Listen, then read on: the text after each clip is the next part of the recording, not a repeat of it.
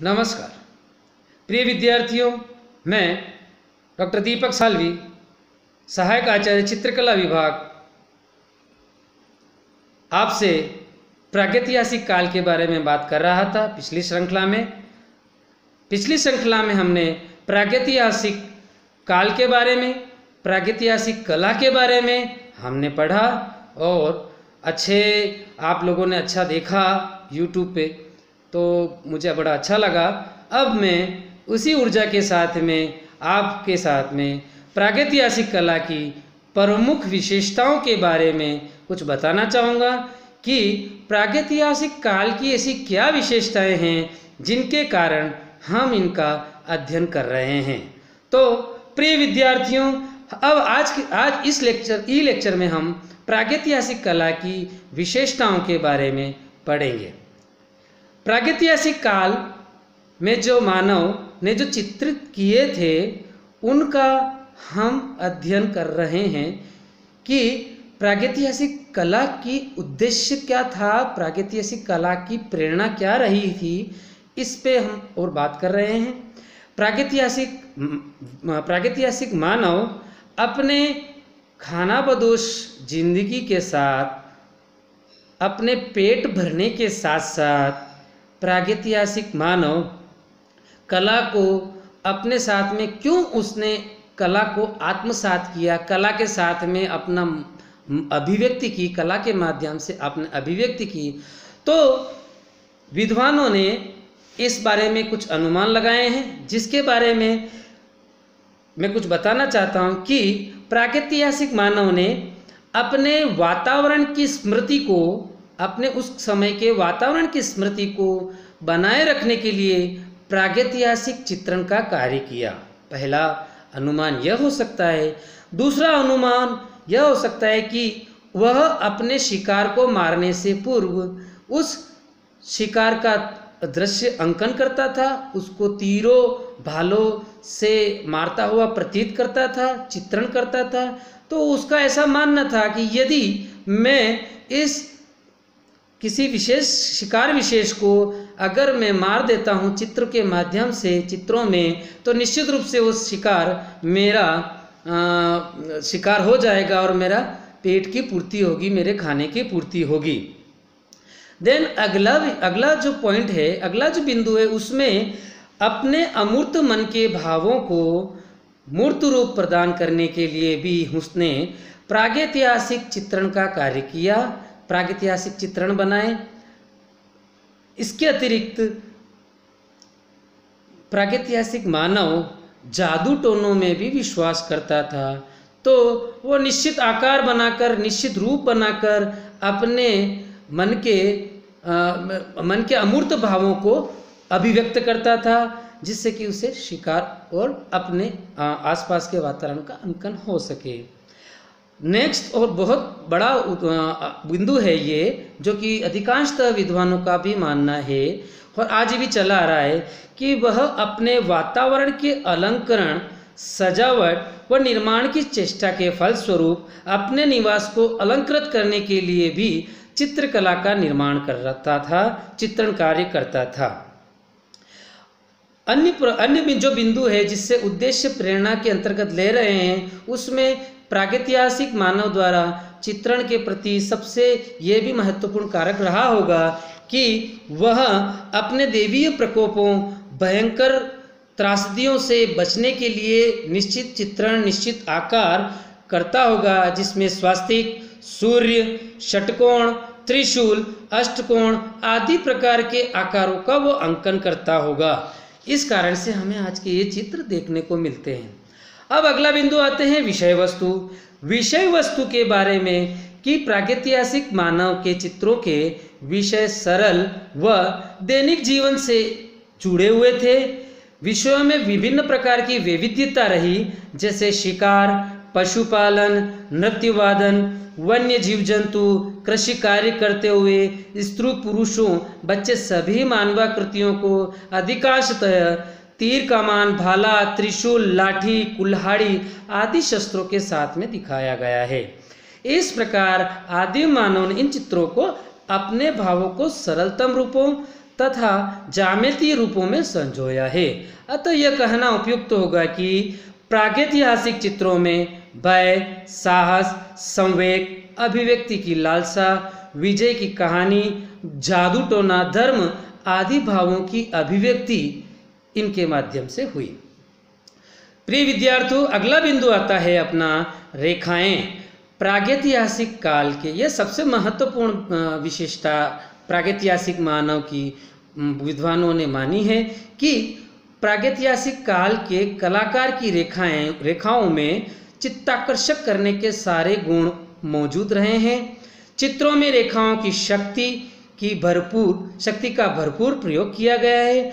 आकृतियों के निर्माण में सीधी, आड़ी, तिरछी, खड़ी, चक्रीय, आयताकार, ज्यामिति आदि आकारों की रेखाओं का प्रयोग सरलता एवं सजीवता से किया है।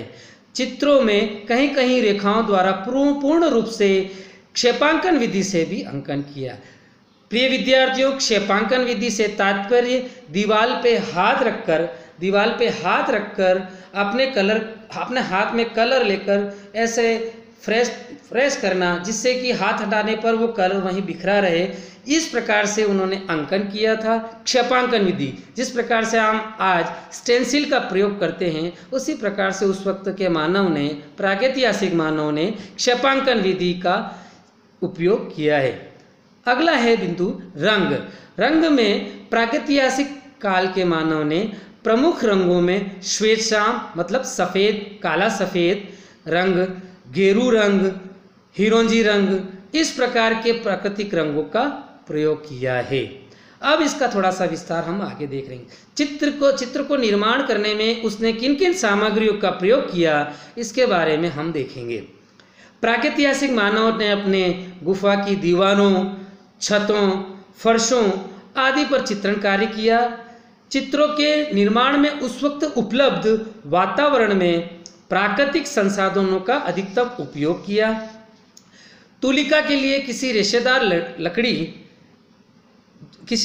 लकड़ी, बांस या किसी पशु पक्षी की पूंछ का उपयोग करता था। हालांकि पशु पक्षी की जो पूंछ होती है, उसका पिछला जो भाग होता है वो बहुत मुलायम होता है, तो प्रागैतिहासिक मानव ने उस मुलायम भाग का प्रयोग अपनी कूंची को, अपनी तुलिका को चलाने में प्रयोग में लिया, जिससे कि उसके चित्रों में सौम्यता और सॉफ्टनेस जिसको बोलते हैं वह आई। और पशुओं की वो जो शिकार करता था, तो जो पशुओं की जो हड्डी है, पशुओं की हड्डी को कलर मिक्सिंग प्लेट से तात्पर्य जिसपे हम आज के युग में कलर को मिक्सिंग प्लेट पे लगाते हैं, कलर को मिक्स करते हैं, दो कलर को मिलाकर तीसरे कलर का निर्माण करते हैं, या तीसरे कलर को मिलाकर चौथे कलर का निर्माण करते हैं। तो चूंकि पुट्ठे की हड्डी चौड़ी होती है, तो उस हड्डी पे उस ब्रश द्वारा जो उसने पूंछ का और जो ब्रश बनाए थे, उस पूंछ के और ब्रश जो पशुओं की पूंछों के और गिलहरी से जो ब्रश बनाए थे, उससे वो उस पे मिश्रण करता था और उस मिश्रण का उपयोग वो चित्रण कार्य को चित्र करने में करता था, चित्रों में रंग भरने में करता था।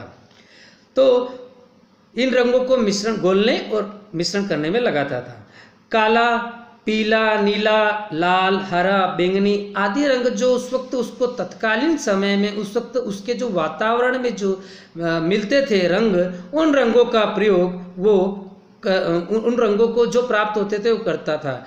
अधिकतर खड़िया मिट्टी, चट्टान जो होती है, चट्टानों को जो पीसने पर जो कलर बनता है, जो कलर निर्मित होता है चट्टानों को बनने पे, वह रंग उसको उपयोग में लेता था। विभिन्न प्रकार की वनस्पतियों से, विभिन्न प्रकार के फूलों से वह रंगों का निर्माण करता था। बैंगनी रंगों का निर्माण करता था, हरे रंग का निर्माण करता था।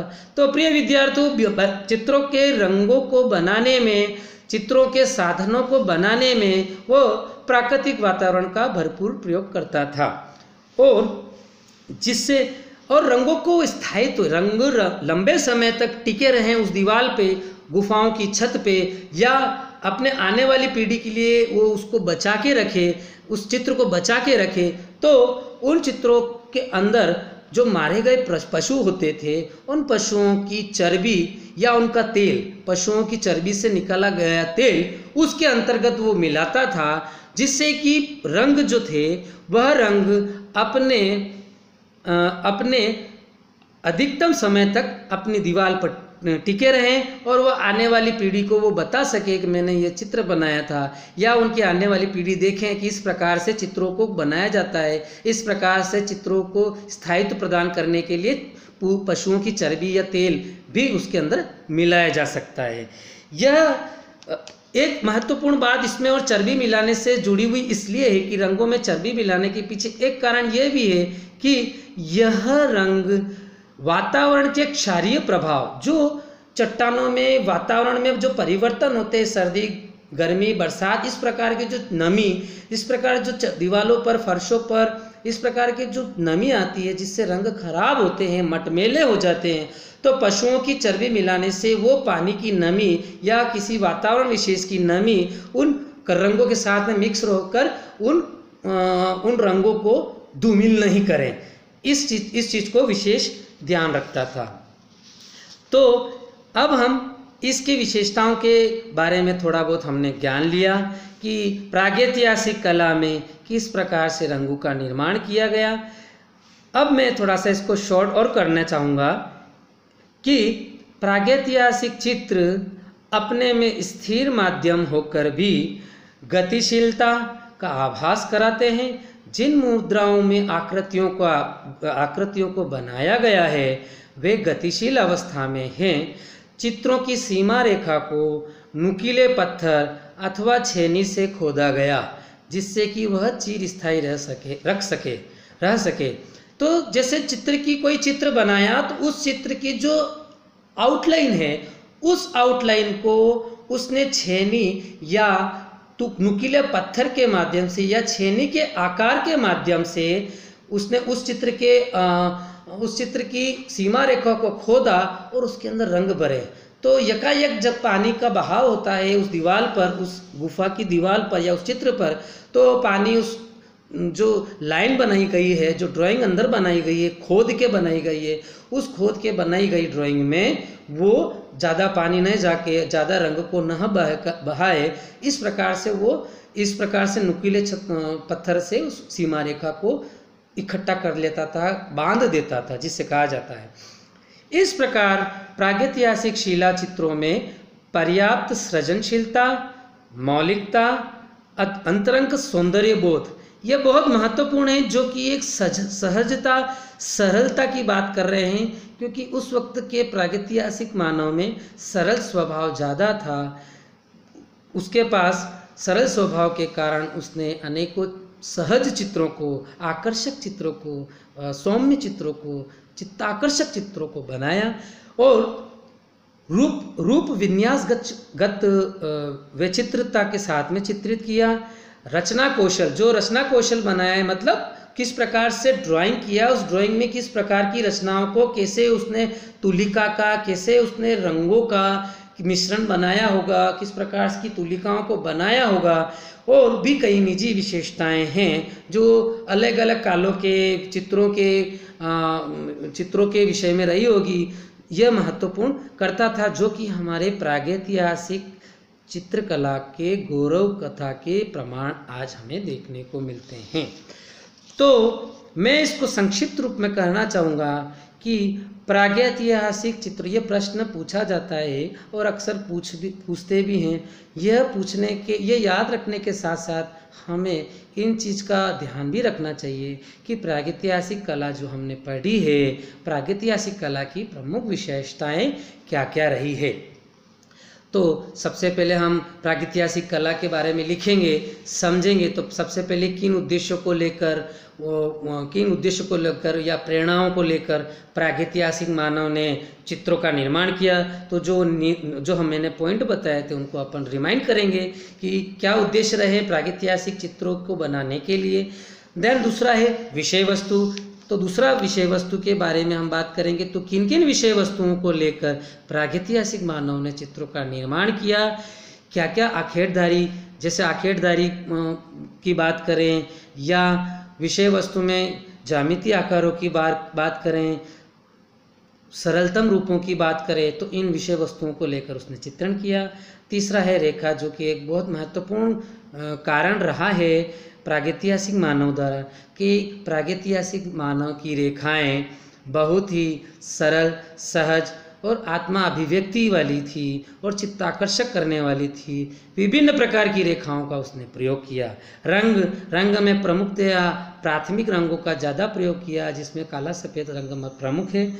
चित्र निर्माण सामग्री में मैंने आपको बताया कि चित्र निर्माण सामग्री किस प्रकार से वह बनाता था, और पशुओं की चर्बी को उसके अंदर मिला के या उनका तेल मिलाकर किस प्रकार से उन चित्रों को स्थायित्व प्रदान करने के लिए उन रंगों के अंदर मिला था, जिससे कि हम आज भी उन प्रागैतिहासिक कला के चित्रों के रंग, रेखाएं, सारी चीज़ों को आज भी हम बिल्कुल नए स्वरूप में देख पा रहे हैं। और बहुत सारे वैज्ञानिक, बहुत सारे केमिस्ट, रसायन विज्ञ, पुरातत्वविज्ञ इन प्रागैतिहासिक मानव द्वारा चित्रित प्रमुख चित्रों को समझने में और उनके ऊपर विभिन्न प्रकार के शोध ग्रंथ लिखने में आज भी पूरे भारत के और पूरे देश के, पूरे विश्व के पुरातत्वविद जुड़े हुए हैं। धन्यवाद।